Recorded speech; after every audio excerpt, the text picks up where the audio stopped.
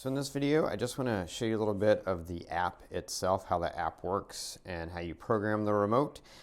This is the iClick app for the SuperRemote. And you see here on the home screen, you have SuperRemote, devices, activities, regroup. I'm just going to jump into activities real quick because I just want you to see you can select like a media activity, and then you can have activities for like watch a movie, watch TV, listen to music, play games, and then you can go through a process of setting up these activities. So very similar to the Harmony remote, you can do that after you've got your remote controls. First, you want to add your remotes to the SuperRemote, and then which you do through the app, and then you can set up activities so that you kind of a watch movie activity that's controlling the volume level on your soundbar or your amp.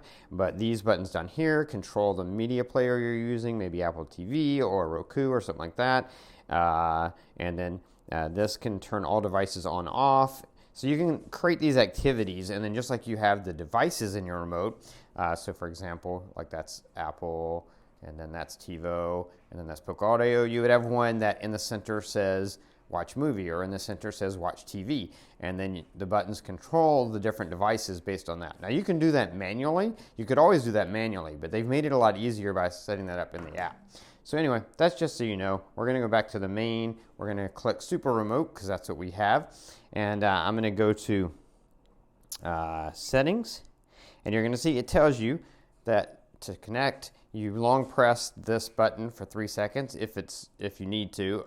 As you see, I didn't have to do that. It connected automatically. And you know it's connected because the LEDs, whereas they normally are blue, now they turn red.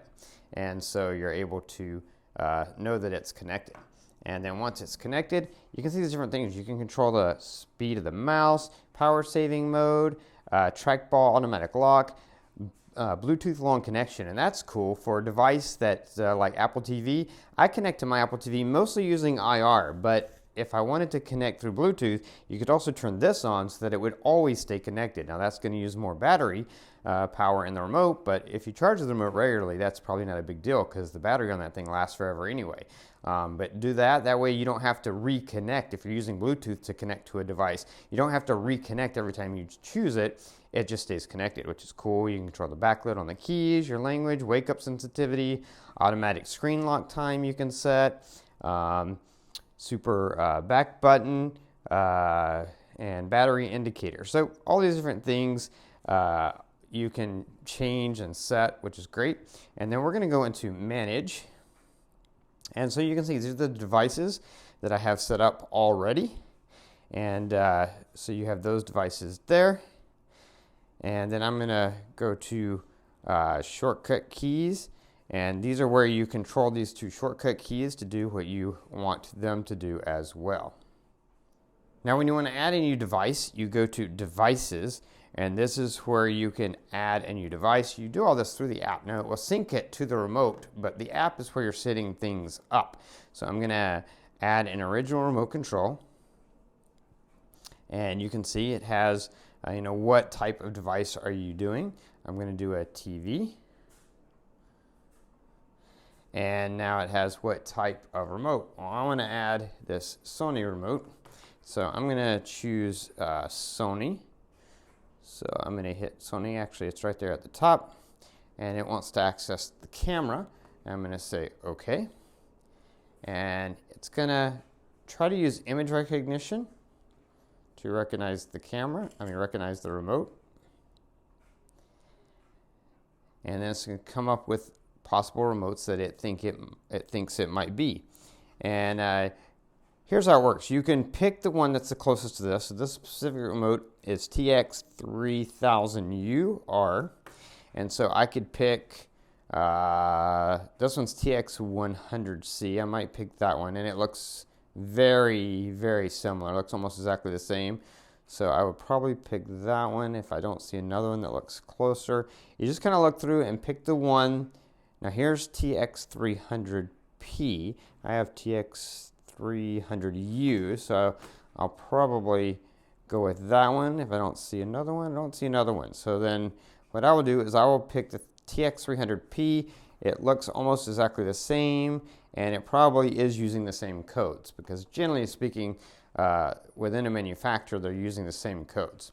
And so You can see this is what it's guessing, and this does look almost exactly like it, or actually exactly like it. So all the codes are probably going to be good using that one.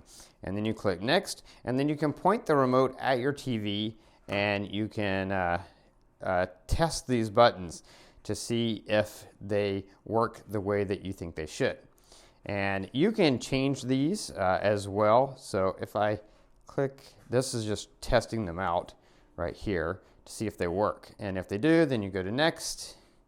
Now you can edit them. So this is up, this is down, this is right. I could click that and I could choose something else. I can change it to something else. I can make it a macro. I can make it a multifunction key.